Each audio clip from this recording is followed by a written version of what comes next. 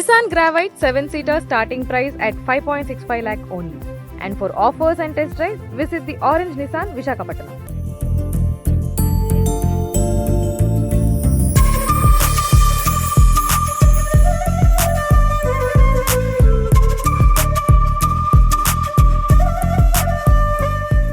సరికొత్త మార్పు తీసుకురావాలనే లక్ష్యంతో విశాఖ నగర police commissioner doctor Shankhabrata Bagchi గారు చేస్తున్నటువంటి వినూత్నమైన ప్రయత్నం జ్యోతిర్గమయ ప్రాజెక్ట్. మీ అందరికీ తెలుసు, గతంలో కూడా ఈ ప్రాజెక్ట్ ద్వారా ఎంతోమందికి ఉపాధి అవకాశాలు కల్పించి దాని ద్వారా వాళ్ళు గౌరవంగా సమాజంలో బ్రతకటానికి ఒక గొప్ప అవకాశం కల్పిస్తున్నారు. ఎవరు లేనటువంటి వారికి, అంటే రోడ్లపైన భిక్షమెత్తుకుంటూ జీవించే వాళ్ళకి ఒక ప్రాజెక్టులో భాగంగా వాళ్ళకు కూడా అవకాశాలు కల్పించడం జరిగింది, ఉపాధి కల్పించారు. అలానే ట్రాన్స్జెండర్స్కి కూడా ఆటోలు ప్రొవైడ్ చేయడము, లేకపోతే బడ్డీ కొట్టులు ఇస్తూ కూడా వాళ్ళకు కూడా ఉపాధి కల్పించడం ద్వారా ఇప్పుడు మూడో విడతగా ఎక్స్ కన్విక్ట్స్ ఎవరైతే వివిధ నేరాల్లో భాగస్వాములై జైలు జీవితాన్ని అనుభవించిన వాళ్ళు కావచ్చు, వాళ్ళు మళ్ళీ పరివర్తన చెంది ఒక సరికొత్త మార్పు ద్వారా తమ కుటుంబ పోషణకు బలంగా ముందుకు వెళ్ళాలి అంటే ఖచ్చితంగా వాళ్ళకి అవకాశాలు చాలా తక్కువగా ఉంటాయి. కాబట్టి అలాంటి వాళ్ళని 25 మందిని ఎంపిక చేసి ముద్రా లోన్స్ కూడా ఇప్పించి తద్వారా ఇప్పుడు కొత్త ఆటోలు కావచ్చు, షాప్స్ కూడా ఇప్పించడం ద్వారా వాళ్ళకు ఒక గౌరవంగా బ్రతకడానికి ఒక అవకాశం కల్పించారు విశాఖ నగర పోలీస్ కమిషనర్. మనతో పాటు పెద్ద ఆయన ఉన్నారు. నమస్కారం అండి. చెప్పండి అమ్మా. ఏమైంది అసలు మీ మీద కేసులు ఏంటి? అనుకోకుండా వెళ్ళాము కుర్రలతోటి. అప్పుడు దానిలోనే కేసు పడ్డాం. కేసు పడి బయటకు వచ్చిన తర్వాత సమాజం కొద్దిగా నన్ను వేలాకోళం చేసినట్టుగా ఉంటే అప్పుడు ఏదో పని పోతుండగా కంచపాలెం పిఎస్ వాళ్ళు తెలిసి వాళ్ళు కమిషనర్ గారికి చెప్పి తీసుకొచ్చి ఫోన్ చేయించారు, తీసుకొచ్చారు, కంట్రోల్ రూమ్ తీసుకొచ్చి మాట్లాడించారు. ఆల్రెడీగా ఆటో తీసుకుని దానికి కొంత పేమెంట్ పే చేశారు. కమిషనర్ గారు పే చేసి నీతిగా బతకమని చెప్పారు.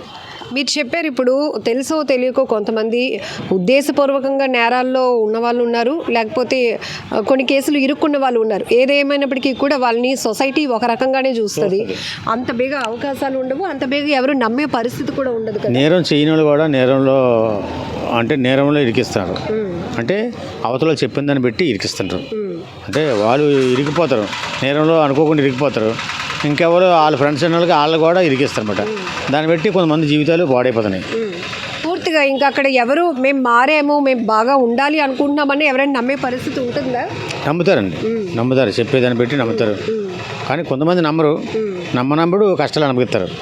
నమ్మితే మంచి జీవితం ఉంటుంది, నమ్మకపోతే చెడు జీవితం. ఇంకా అడుగడుకు గండవాళ్ళకి. ఇంకా ప్రతిసారి పోలీసులు ఈ యూత్కి, టీనేజర్లకి చెప్తూనే ఉన్నారు, మీ భవిష్యత్తును పాడు చేసుకోకండి, ఈ డ్రగ్స్ వైపు, గాంజా వైపు వెళ్ళకండి, ఈ బ్యాచ్లతో తిరుగుతూ వివిధ కార్యక్రమాల్లో మీరు కూడా ఉంటూ నేరాల వైపు వెళ్ళకండి, ఎందుకంటే పోయేది మీ ఫ్యూచర్ అని చెప్తున్నా కూడా ఎవరు వినని పరిస్థితి. బట్ మీరంటూ కొంత అనుభవంతో ఉన్నారు. ఈరోజు ఇక్కడ జ్యోతిర్గమయ ప్రాజెక్ట్లో మీరు ఆటో కూడా తీసుకున్నారు. ఏమనిపిస్తోంది? బాగుందమ్మా, సుఖంగా ఉంది జీవితం. పోలీసులతో సరదాగా ఉంటున్నాం. ఏమంటే వాళ్ళు ఎప్పుడు మనల్ని ఇంకేమలేదు. ఒకప్పుడు కేసులుండి భయం వేసేది వాళ్ళు చూస్తే. ఇప్పుడు వాళ్ళతో స్నేహంగా ఉండవలసి వస్తుంది. వాళ్ళు మంచిగా ఉంటారు, మంచోలే. డిపార్ట్మెంట్ చెడ్డదేం కాదు, చాలా మంచిది. వాళ్ళే చెప్పినట్టు వినుకుంటే ఏది లేదు. ఇప్పుడు మీ ఫ్యామిలీకి మీరు ఆసరాగా నిలుస్తున్నారా? అవునమ్మా. ఎంతమంది పిల్లలండి? బాబు పాప, భార్య. ఇప్పుడు మీలో ఈ చేంజ్, ఇదంతా ఈ బాధ్యతలు, మీ ఫ్యామిలీ బాగా హ్యాపీ ఫీల్ అవుతుంది? అంతా హ్యాపీ అమ్మా. అంతా భార్య పని చేసుకుంటుంది, బాబు కారుకి వెళ్ళిపోతుండు, నేను ఆటోకి వెళ్ళిపోతున్నాను. అంతా హ్యాపీ, అంతా బాగుందమ్మా. ఇప్పుడున్న టీనేజర్స్కి ఏం చెప్తారు? అంటే తెలిసి తెలియక ఇట్లా తిరుగుతూ చదువులు పక్కన పెట్టేసి ఈ గ్యాంగుల వైజ్గా తిరుగుతూ అనవసరమైన కేసులు ఇరుక్కుంటూ. నేను ఎప్పుడు మంచిగా చెప్తానమ్మా ఎవరికన్నా. అంటే నా కొడుకులా ఉన్న వాళ్ళకి అందరికీ, నా కొడుకు అంటే పెద్దోళ్ళు కూడా, నాలాంటి ఉన్న వయసులో కూడా తప్పు చేయొద్దు, నీట్గా వెళ్ళమని చెప్తాను. చెడు వైపు చూడొద్దు, మంచి దారిలో నడితే మనకి ఎప్పుడైనా పరమాత్మ చల్లగా చూస్తాడనేసి నేను చెప్తుంటాను. ఎప్పుడు చెప్పి నీతి వాక్యాలే. జరిగింది ఏదో ఒకసారి, దానికి అనుభవించాం, జరిగిపోయింది. ఇప్పటికైనా మంచిగా మారితే టైంలో మనం ఎంత రియలైజ్ అయినా, అంటే పశ్చాత్తాపడినా కూడా ఇమ్మీడియట్గా మళ్ళీ మనం మన కుటుంబానికి దూరం అయ్యే ఉండదు. కానీ ఉండాలి. చెడు జరగాలంటే క్షణం చాలదు, మంచి జరగాలంటే సంవత్సరాలు పడుతుంది. దాన్ని బట్టి మనం ఆలోచించి నిర్ణయం తీసుకొని జాగ్రత్తగా ఉంటే ఏది లేదు ఇంకా. మంచి మాట చెప్పారు.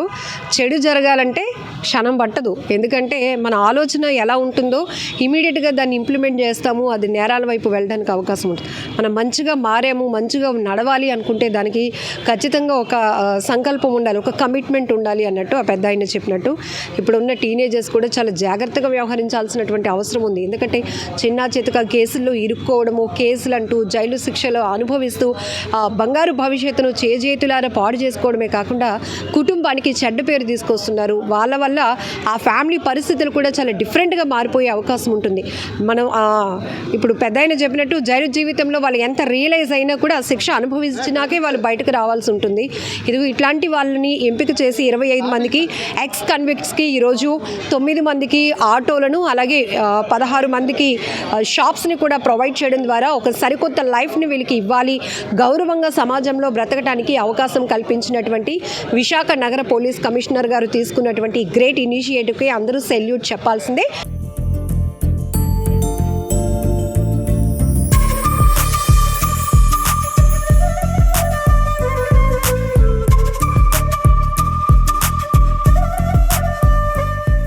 మీ పేరండి? ఆవాల్ శ్రీనండి. మీరు ఒక ఎక్స్ కన్విక్ట్స్, కానీ ఈరోజు మిమ్మల్ని నగర పోలీస్ కమిషనర్ గారు పిలిచి పాత జీవితం వద్దు, నేరాల వైపు మళ్ళీ వెళ్ళొద్దు, ఒక కొత్త లైఫ్ వైపు వెళ్ళాలి అంటే మీలో ఒక మార్పు కావాలి అన్నారు. ఈరోజు ఆటో కూడా మీకు ప్రొవైడ్ చేయడం జరిగింది. అసలు ఎందుకు మీరు అప్పుడు కేసులో అవన్నీ ఎందుకు? మేడం, నాకు చిన్నప్పటి నుంచి గంజా అలవాటు ఉందండి. గంజా డ్రగ్స్ అన్నీ అలవాటు ఉన్నాయి. ఆ అలవాటు ఉన్న వల్ల అదే అలవాటు ఉండే కుర్రాలతో అదే అలవాటు ఉండే వాళ్ళతో తిరిగేవాడిని, రౌడీ షీటర్లతో తిరిగేవాడిని. అక్కడ వల్ల కేసులు పడ్డానండి. గొడవ కేసులు పడ్డాను, తర్వాత గంజా కేసులు పడ్డాను. దాని తర్వాత మ్యారేజ్ చేసుకున్నాను. అదే దారిలో నడిచేవాడిని, చాలా ఇబ్బందులు పడ్డాను. ఇంటికాడ వాళ్ళు కూడా మర్యాద ఇచ్చేవారు కాదు, ఊళ్ళో వాళ్ళు కూడా మర్యాద ఇచ్చేవారు కాదు. ఒక రౌడీలాగా చూసేవారు, ఒక స్మగ్లర్ లాగా చూసేవారు. ఇవన్నీ చూసిన తర్వాత నాకు నచ్చలేదు. కొన్ని రోజులు పోయిన తర్వాత నచ్చలేదు. ఇంట్లో వాళ్ళు కూడా చాలా ఇబ్బందులు పెట్టాను నేను. మా ఇంట్లో వాళ్ళకి తల్లిదండ్రులకి ఇబ్బందులు పెట్టాను, నా భార్య పిల్లలకి ఇబ్బందులు పెట్టాను. ఇవన్నీ చూసిన తర్వాత నాకు నచ్చాక మానేశానండి. మానేసిన తర్వాత అవకాశం దొరకలేదు. పని చేద్దామంటే ఆ వచ్చే డబ్బులు సరిపోయే కాదు. తర్వాత ఏదైనా వ్యాపారం పెట్టుకుంటే డబ్బులు ఉండేవి కాదు. ఇంతకుముందు తల్లిదండ్రులు చాలా వ్యాపారాలు పెట్టించారు, చాలా ఆటోలు కొనిసిచ్చారు, కార్లు కొనిసిచ్చారు. ఈ గంజా అలవాటు వల్ల అన్నీ మానేశానండి. అన్నీ అమ్మేసుకున్నాను. ఈ గొడవల్లో అట్లో తిరిగి అందరి దగ్గర చెడ్డ అయిపోయానండి. చెడ్డ అయిపోయిన తర్వాత ఈ గంజా అలవాటు మానలేకపోయానండి. గంజా అలవాటు మానలేకపోయాను, డ్రగ్స్ అలవాటు మానలేకపోయాను. దాని తర్వాత నేను గంజా కాల్చే వాళ్ళతో తిరిగేవాడిని, గంజా అమ్మే వాళ్ళతో తిరిగేవాడిని, గొడవలు చేసే వాళ్ళతో తిరిగేవాడిని, రౌడీ షీటర్లతో తిరిగేవాడిని. అలాగే అదే అలవాటు, అదే మైండ్ సెట్ వస్తుందండి నాకు. ఈ గాంజా డ్రగ్స్ అలవాటు వల్ల మీ జీవితాన్ని మీరు ఏం కోల్పోయారు? అన్నీ కోల్పోయానండి. ఫ్యామిలీ మెంబర్స్ అందరినీ కోల్పోయాను, మంచి ఫ్రెండ్స్ అందరినీ కోల్పోయాను. నా ఫ్యామిలీ కూడా నాతో మాట్లాడడం మానేశారు. నా ఫ్రెండ్స్ మంచి వాళ్ళు కూడా మాట్లాడడం మానేశారు. ఓన్లీ రౌడీ షీటర్లు, గంజా అమ్మేవాళ్ళు, గంజా కాల్చేవాళ్ళు మాట్లాడేవారు, వాళ్ళతోనే తిరిగేవాడిని. తిరిగే వల్ల నెలకు 1 లక్ష రూపాయల నుంచి 2 లక్షలు సంపాదించేవాడిని. మనశ్శాంతి ఉండేది కాదండి. అంతే, ఒక గొడవలకి వెళ్ళి డబ్బులు సంపాదించేవాడిని, ఒక సెటిల్మెంట్లకి వెళ్ళి డబ్బులు సంపాదించేవాడిని, ఒక గంజాయిలు అమ్మి డబ్బులు సంపాదించేవాడిని. ఇంటికి వెళ్ళేటప్పటికి డబ్బులు ఉండేవి కాదండి. తాగడానికి, తిరగడానికి, ఎంజాయ్ చేయడానికి డబ్బులు ఉండేవండి. అలా అడ్డదారిలో సంపాదించిన డబ్బు మళ్ళీ ఇట్లానే మీ వ్యసనాలకే పోయేదండి. ఎంజాయ్మెంట్ చేసేవాడిని, ఎంజాయ్మెంట్లకి పోయింది. ఇవన్నీ మానేసి 1 year అయింది, 1.5 year అయిందండి. మానేసిన తర్వాత అవకాశాలు లేవండి. ఎవరు కూడా నన్ను నమ్మి నాకు ఏమీ చేయట్లేదు. నన్ను నమ్మి నాకు ఏమీ అంటే నేను బాగుపడదాం, బ్రతుకుదాం, నాకు ఎవరైనా అవకాశం ఇస్తే మారి మంచిగా బ్రతుకుదాం అంటే ఎవరు అవకాశం అవ్వలేదు. ఇంట్లో తల్లిదండ్రులు ఇవ్వలేదు, అక్క చెల్లెలు ఇవ్వలేదు, అన్న తమ్ముళ్ళు ఇవ్వలేదు, ఫ్రెండ్స్ కూడా ఇవ్వలేదండి. ఈ సిపి గారు దయవల్ల నాకు ఒక ఆటో ఇచ్చారండి. ఇప్పుడు ఒక 1.5 year నుంచి మానేసి మంచిగా బ్రతుకుతున్నాను. నెలకు 15,000-20,000 వేలు వస్తుంది, కానీ సరిపోవట్లేదండి. నా భార్య పిల్లలకి పెంచడానికి సరిపోవట్లేదు, ఇంట్లో ప్రోత్సాహకరం కూడా సరిపోవట్లేదండి. ఇప్పుడు ఈ ఆటో వేసుకుంటే నెలకు 50,000-60,000 వేలు వస్తుందండి. ఇప్పుడు ఆవాల్ శ్రీను అండి నా పేరు. శ్రీను గారు, ఇప్పుడు మీలో వచ్చిన ఈ మార్పు మరి కొంతమందికి ఇన్స్పిరేషన్గా ఉంటుంది. నేను చేస్తానండి. సోషల్ మీడియాలో అన్నింటిలో కూడా నేను ప్రచారం చేస్తానండి. ఈ గంజా కాల్చకూడదు, గంజా కాల్స్తే ఏటేటి ఇబ్బందులు ఉంటాయో, ఏటేటి ప్రాబ్లమ్స్ ఉంటాయో కూడా నేను చెప్తానండి. ఇన్స్టాలో, ఫేస్బుక్లో, యూట్యూబ్లో. గాంజాకి అలవాటు పడిన వాళ్ళు, డ్రగ్స్కి అలవాటు పడిన వాళ్ళు ఎంతలా మానసికమైనటువంటి ఇబ్బందులకు కూడా గురైన పరిస్థితులు ఉన్నాయి. తల్లి లేదు, తండ్రి లేదు, భార్య లేదు, పిల్లలు లేరు, ఎవరిని పట్టించుకోరు, అట్లాంటి పరిస్థితులు. ఆ మత్తులో మీకు ఎట్లా అనిపిస్తుంది? మైండ్ సెట్ డిఫరెంట్గా ఉంటుందండి. అంతా మైండ్ సెట్ డిఫరెంట్గా ఉంటుంది. ఏ విధంగా ఉంటుందంటే ఈజీ మనీకి అలవాటు అయిపోద్దండి ఫస్ట్. రెండోది ఎప్పుడు కూడా అంటే ఒక రౌడీ షీటర్ ఎలాగుంటాడు ఆ టైప్ మైండ్ సెట్టే ఉంటుందండి. అంతే ఎవరినైనా కొడదాం, ఎవరితోనైనా తిడదాం, లేకపోతే ఎవరి దగ్గరైనా సెటిల్మెంట్లకి వెళ్ళి డబ్బులు సంపాదిద్దాం, లేకపోతే తప్పుడు పనులు చేసి డబ్బులు సంపాదిద్దాం అనే మైండ్ సెట్లతోనే ఉంటామండి. కష్టపడి పనిచేసే అలవాటు ఉండదు, కష్టపడడానికి ఇంట్రెస్ట్ ఉండదు, కష్టపడాలనిపించదండి. ఎవరి దగ్గర కూడా ఫ్రీగా ఉండాలనిపించదు. ఫ్రెండ్స్, ఇంట్లో వాళ్ళు, రిలేటివ్స్ ఎవరితో భార్య పిల్లల్ని చూసినా కూడా వాళ్ళని మనం బాధ్యతగా చూసుకోవాలనే ఆలోచన కూడా ఉండదండి. అలా ఉండదండి. మైండ్ సెట్ ఎప్పుడు మత్తులో ఉంటుందండి. డన్నుల్లోనూ ఒక 10 మంది, 20 మంది, 30 మంది రౌడీ షీటర్లతో కాలక్షేపం చేయాలనిపిస్తుంది. ఒక సెల్తో ఆడుకోవాలనిపిస్తుంది ఈజీ మనీకి. 1 గంట 2 గంటలు సెటిల్మెంట్లకి వెళ్తే ఒక 10,000, 20,000, 30,000, 50,000 వస్తుంది. ఇంకా కష్టపడుతుంది, నెలంతా కష్టపడితే 20,000, 30,000 వస్తుంది. ఈ మనీకి అలవాటు అయిపోయినప్పుడు ఆ పని చేయాలనిపించదండి. నేను మానేసిన తర్వాత ఇప్పుడు నాకు మనశ్శాంతిగా ఉంది, సంతోషంగా ఉందండి, ఆరోగ్యం కూడా బాగుందండి. ఇప్పుడు మీ మార్పు మీకు ఎలా ప్రశాంతతనిచ్చిందో, మీలో ఈ మార్పుని మీ కుటుంబ సభ్యులు ఎలా తీసుకుంటున్నారు? మీ అమ్మగారు, మీ నాన్నగారు, మీ భార్య, పిల్లలు? ఫస్ట్ నా భార్య చాలా సంతోషపడుతుందండి. ఎందువల్లంటే 10 years నుంచి నా భార్య చాలా ఇబ్బందులు పడేదండి. నేను ఎప్పుడు తాగేసి మత్తులో ఉండి గొడవలకి వెళ్ళి, పోలీస్ స్టేషన్కి వెళ్ళి, కోర్టులకి వెళ్ళి, జైల్లో ఉండిపోయి నేను బెయిల్ పెట్టుకొని రావాలన్నా నా భార్య చాలా ఇబ్బందులు పడేదండి. ఆవిడే బెయిల్ పెట్టేది, నా తల్లిదండ్రులు కూడా బెయిల్ పెట్టేవారు. నేను చాలామంది ఇంట్లో వాళ్ళు చాలా రకాలుగా మాట్లాడినా సరే వాళ్ళు చాలా ఇబ్బందులు పడేవారు. ఆయన నన్ను ఏమనేవారు కాదండి. నేను ఏ రకంగా ఇంట్లో ట్రీట్ చేస్తాను, ఇంట్లో చాలా సామాన్లు ఎరగొట్టేసేవాడిని, తల్లిదండ్రులు ఇబ్బందులు పెట్టేవాడిని, అన్న చెల్లెల్ని ఇబ్బందులు పెట్టేవాడిని, రిలేటివ్స్ని ఇబ్బందులు పెట్టేవాడిని. వాళ్ళందరూ కూడా నాకు సాయం చేశారు. దగ్గర ఒక 35 లక్షల నుంచి 35 లక్షలు సాయం చేశారు. అయినా నేను నిలబెట్టుకోలేకపోయానండి. ఎన్నేళ్ల పాటు మీరు ఈ మత్తు జీవితంలోని కూరుకుపోయారు? ఒక 18 సంవత్సరాలు అయిందండి. 2007-6 టైం నుంచి 2023 వరకు అండి. 2024లో వదిలేశానండి మొత్తం అంతా. అప్పటి నుంచి ఎక్కడైనా పనికి వెళ్తున్నాను కానీ సరిపోవట్లేదండి. అమౌంట్ 15,000, 20,000 వస్తుంది, సరిపోవట్లేదండి. చాలామందిని హెల్ప్ అడిగాను కానీ ఎవరు చేయలేదండి. సిటీ కమిషనర్ గారు సాయం చేశారండి.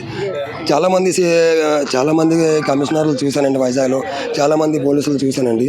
ఇతను మటు చాలా డిఫరెంట్గా ఉన్నారండి. అందరికీ సాయం చేసే టైప్లో ఉన్నారు, అందరికీ మంచి చేసేలాగా ఉన్నారు.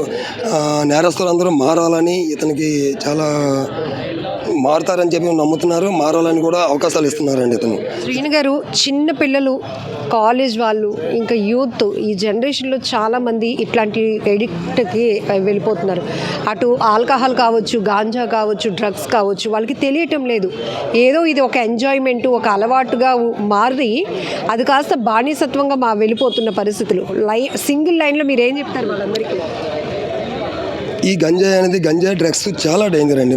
మందు అయితే పర్లేదు కానీ గంజాయి డ్రగ్స్ అనేది చాలా డేంజర్ అండి. ప్రపంచంలో నెంబర్ 1 డేంజర్ ఏదంటే గంజాయి డ్రగ్స్ అండి. ఈ రెండిట్లకి ఎంత దూరంగా ఉంటారో అంత మంచిదండి.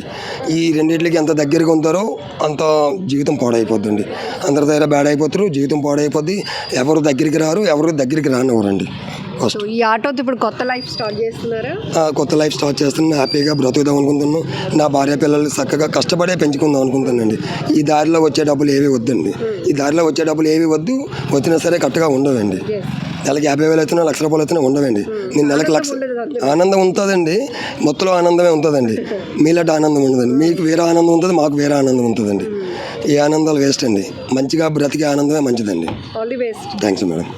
మిషన్ జ్యోతిర్గమయ కింద దాదాపు 500 మంది బిచ్చం అడిగే వాళ్లకు పునరావాసం కల్పించడం జరిగింది. అది పోయిన సంవత్సరం ఆగస్ట్ నెలలో చేశాము. తర్వాత ట్రాన్స్జెండర్స్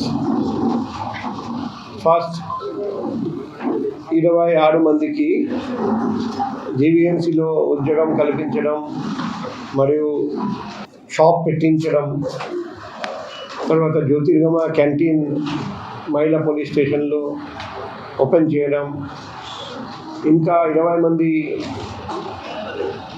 ట్రాన్స్జెండర్స్కి ఈ నెల 20 తర్వాత మళ్ళీ జీవీఎంసీలో ఉద్యోగం కల్పించడానికి ఏర్పాటు చేస్తున్నాం. సో ఫస్ట్ బిచ్చం అడిగేవాళ్ళు, తర్వాత transgender males and transgender females. ఇప్పుడు మిషన్ జ్యోతిర్గమయ కింద ఎక్స్ కాన్విక్ట్స్కి ఉద్యోగం కల్పించడానికి ప్రోగ్రామ్ ఈరోజు నుండి స్టార్ట్ చేస్తున్నాం. ఇప్పుడు మన ప్రపంచంలో, మన దేశంలో, మన రాష్ట్రంలో, మన నగరంలో చాలామంది నేరస్తులు ఉన్నారండి. నేర చరిత్ర గల మనుషులు జీవితంలో ఏదో ఒక టైం నేరం చేసిన వాళ్ళు. నేరం చేసిన తర్వాత